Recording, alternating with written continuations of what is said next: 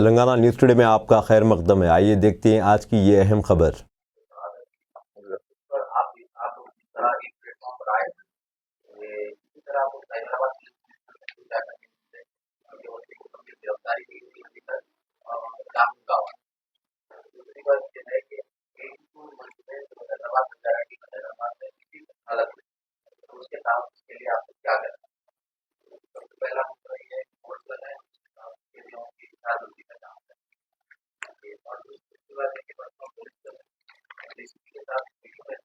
जी,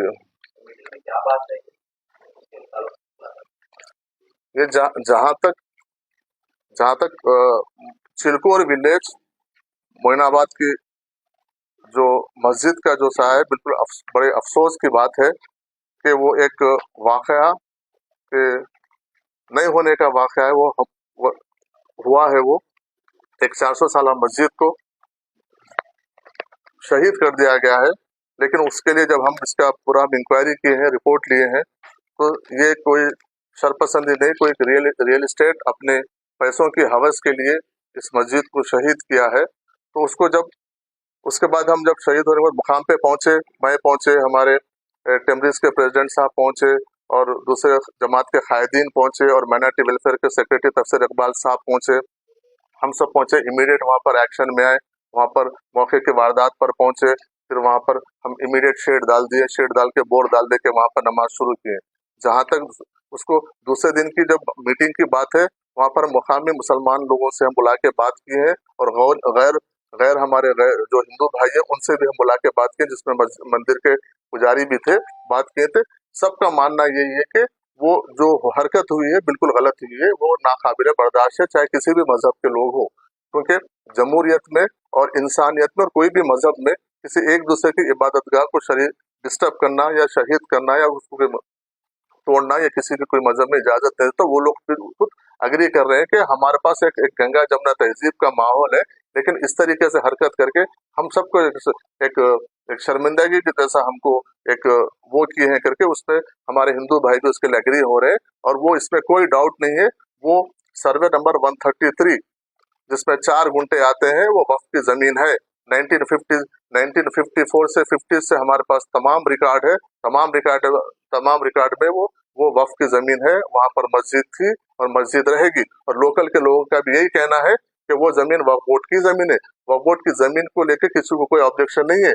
जहां तक मस्जिद की तामीर का जहां तक सवाल है, तो मस्जिद की तामीर की पूरी जिम्मेदारी वक्फ बोर्ड लेगा। हम वहां पर एक टीम को बिल्कुल मुतयन किए हैं। वहां पे एक टीम 24 घंटे हमारी रात सुबह से लेकर शाम तक वहीं पर रही। हमारा एडमिनिस्ट्रेशन से बात हुआ, वहाँ के लोकल के मुसलमान भाइयों से भी बात हुई, लोकल के हिंदू भाइयों से भी बात हुई।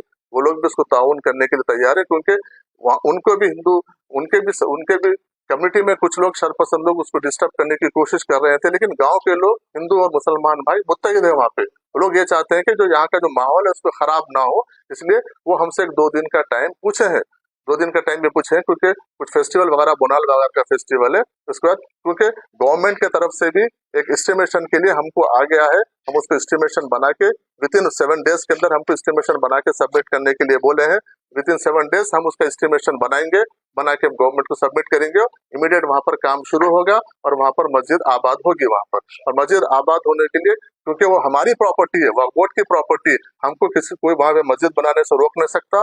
हम वहां पर रोक, क्योंकि उसमें क्या हो रहा है कि सोशल मीडिया के जरिए अलग अलग से वहां पे मैसेजेस जा रहे हैं। लोग जाके जो लोग अपने अपने तरीके से उसको एक मैसेज देने की कोशिश कर रहे हैं, लेकिन मेरा क्लियर मैसेज यही है कि वहां पर मस्जिद थी, मस्जिद बनेगी और मस्जिद वहां पर कायम होगी। उसमें वक्फ बोर्ड पूरी जिम्मेदारी के साथ मस्जिद बना दे। सिर्फ हम उसको थोड़ा सा डिले होने का, 2-3 दिन डिले होने का, कि लोकल के एडमिनिस्ट्रेशन और लोकल के 2 लोग कमेटी के लोग बैठ के बात करके बोले कि क्योंकि बोनाल 2-3 दिन फेस्टिवल का टाइम है, 2-3 दिन के बाद आप काम शुरू करिए, हम पूरा उसमें हम ताउन करेंगे। तो अब वहां पर जो भी काम होगा, मुकामी लोग, वक्फ बोर्ड और रेवेन्यू और पुलिस एडमिनिस्ट्रेशन के बीच में उनके तालमेल के साथ पूरा काम होगा और पूरा मस्जिद, मुकम्मल मस्जिद वहां पर बनेगी। क्योंकि वो मस्जिद को रास्ता भी नहीं है, हम उसका भी बातचीत कर रहे हैं, वो जमीन के ओनर से बात करके उसको रास्ता निकालने की बात करें कि रास्ता उसको मेन रोड से अप्रोच होने का, और मस्जिद का वो रास्ता भी हम कायम करेंगे आने जाने के लिए, और मस्जिद भी वहां पर एक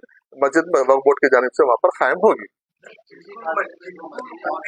बिल्कुल मंदिर वालों का जो बयान है उसके ऊपर आप नहीं, वो दूसरे दूसरे जिस दिन हमारी बात हुई उसके बाद फिर वो बयान दिए हैं उनका, फिर हम उनसे उनसे बात किए हैं तो वो भी कुछ कुछ प्रेशर में आके उस तरीके का दिए हैं, लेकिन उनका उससे कोई इत्तेफाक नहीं है। वो लोग भी उसका वो टूटने का अफसोस जाहिर कर रहे हैं, उनको कोई ऑब्जेक्शन नहीं है, वो आपकी प्रॉपर्टी है, आप बनाइए। बाउंड्री बन हाँ नहीं नहीं, अभी बाउंड्री बनने के बाद उसको पक्का स्ट्रक्चर बनाएंगे, पहले बाउंड्री बना के लॉक कर दीजिए, फिर 2-4 दिन के बाद जरा माहौल थमने के बाद हम उसको हम काम शुरू करेंगे। बस उनका एक ही चीज ये है, मैं आपके मीडिया के जरिए मैं लोगों को बोलना चाह रहा हूँ, अपील कर रहा हूँ कि गांव के दो दो भी लोगों का एक ही कहना है कि हम यहाँ पर सालों से मुत्तहिद होके एक दूसरे के त्योहारों में हम शामिल होते हैं, एक दूसरे के अच्छे बुरे में हम जाते हैं, बस हम आपस में बैठ के उसको मस्जिद को कर लेंगे।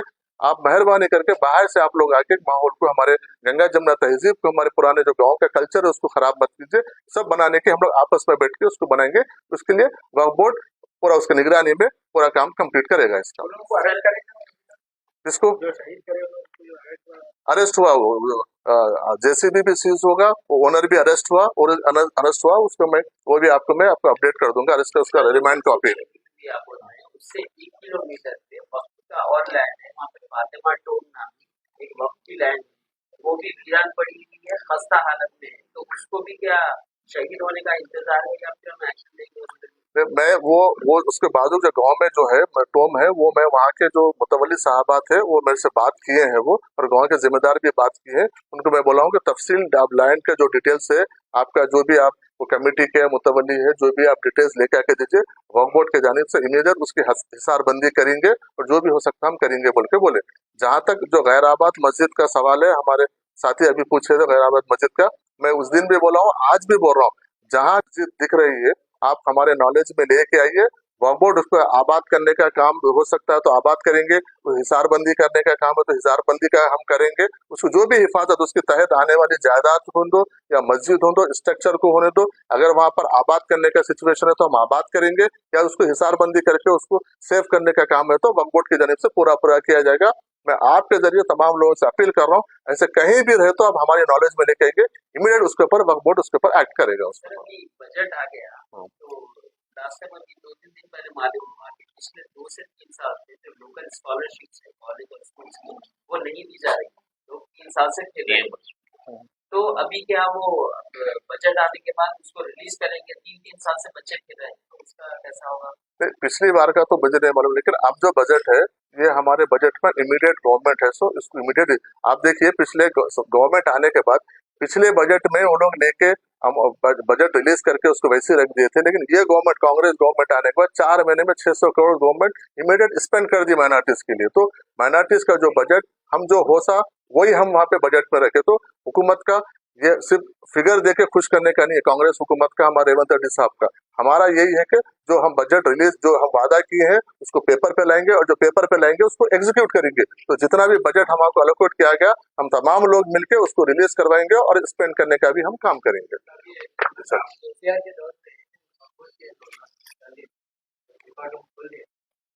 वो रिकॉर्ड रूम ऑलमोस्ट खुलने में, कलेक्टर से हमारे को हैंड ओवर करने का है, वो बातचीत चल रही है, वो जल्द से जल्द उसको हम हैंड ओवर दे देंगे उसको। बहुत बहुत अभी आपका ब्रेकडाउन क्या है, आपके असेंबली का टोटल बजट क्या है? तो भाई 951 है, तो पिछले साल को आपको डिफरेंस क्या है?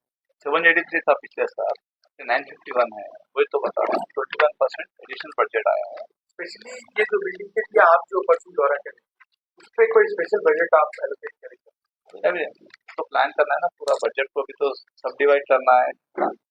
ऑलमोस्ट 18 to 20 स्कूल्स का 10% लास्ट काम रुका हुआ है, तो फर्स्ट प्रायोरिटी हो रही है कि हम अपने ओन प्रेमिसेस में आ जाए, ताकि स्पेशल डिस्ट्रिक्ट में बहुत प्रॉब्लम हो रहा है, अपने ओन प्रेमिसेस में आए तो वहाँ पे फैसिलिटीज और प्रोवाइड करना है, क्योंकि बहुत सारे स्कूल में स्पोर्ट्स एक्टिविटीज ये नहीं है, कल्चर लाना है, जो प्राइवेट स्कूल में जो कल्चर रहता है वो कल्चर लाना है, बच्चों को खाली पढ़ाई के साथ थोड़ा रिक्रिएशन भी रहना है और थोड़ा इस्लामिक उनको वो पढ़ाई भी बहुत इम्पोर्टेंट है।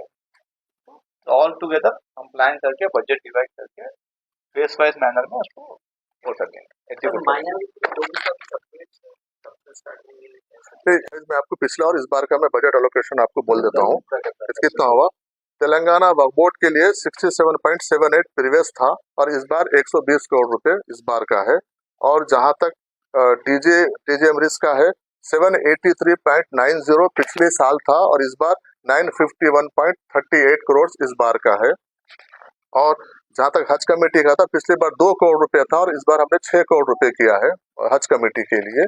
और ये माइनॉरिटी फाइनेंस कॉर्पोरेशन के लिए 273.78 करोड़ था, 273.78 करोड़ था, इस बार 480 करोड़ रुपए माइनॉरिटी फाइनेंस कॉर्पोरेशन के लिए किया गया है।